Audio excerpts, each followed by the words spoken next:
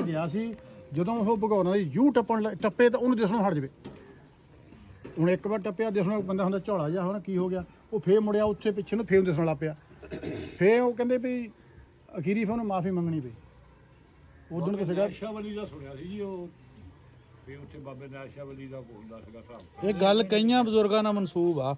ਹਾਂਜੀ ਇਹ ਗੱਲ ਜਿਹੜੀ ਕਈਆਂ ਬਜ਼ੁਰਗਾਂ ਨਾਲ ਮਨਸੂਬ ਕੀਤੀ ਗਈ ਆ। ਚਾਰਾਂ ਨੁਕਰਾਂ ਦੇ ਹਾਂਜੀ ਪੰਜ ਬਾਬਾ ਮੇਹਰ ਅਲੀ ਸ਼ਾਹ, ਮੀਆਂ ਸਾਹਿਬ ਤੇ ਹੋਰ ਕਿਹੜੇ ਕਿਹੜੇ ਮੀਆਂ ਗੁਲ ਮੁਹੰਮਦ ਇੱਕ ਪਿੰਡ ਦੇ ਵਿੱਚ ਹੀ ਉਹ ਹੈਗੇ। ਉਹ ਉੱਥੇ ਅਸੀਂ ਤਾਂ ਉਹ ਝੀਰ ਪਿਆਰੂ ਹੁੰਦਾ ਸੀ, ਉੱਥੇ ਖੂਹੀ ਵੀ ਸੀਗੀ, ਉਹਦੇ ਲਾਗੇ ਹੁਣ ਬਣੀਆਂ ਹੋਵਾਂ। ਮੈਂ ਉਹ ਘੋੜਾ ਵੀ ਉੱਥੇ ਉਹਨੇ ਖੜਾ ਕੀਤਾ, ਤੁਹਾਨੂੰ ਵੀਡੀਓ ਭੇਜੀ ਮੈਂ ਬਣਾ ਕੇ ਹਨਾ।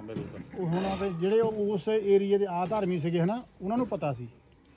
ਹਜ਼ਾਰਾ ਤੇ ਹਕੀਮ ਦੋ ਭਰਾ ਸੀ, ਉਹਨਾਂ ਟਾਈਮਾਂ 'ਚ ਸਿਆਣੇ ਸੀ, ਉਹ ਵੀ 100 ਸਾਲ ਤੋਂ ਉੱਪਰ ਹੋ ਕੇ ਮਰੇ ਆ, ਤੇ ਉਹਨਾਂ ਨੂੰ ਫਿਰ ਸਾਰਾ ਪਤਾ ਸੀਗਾ ਹਨਾ।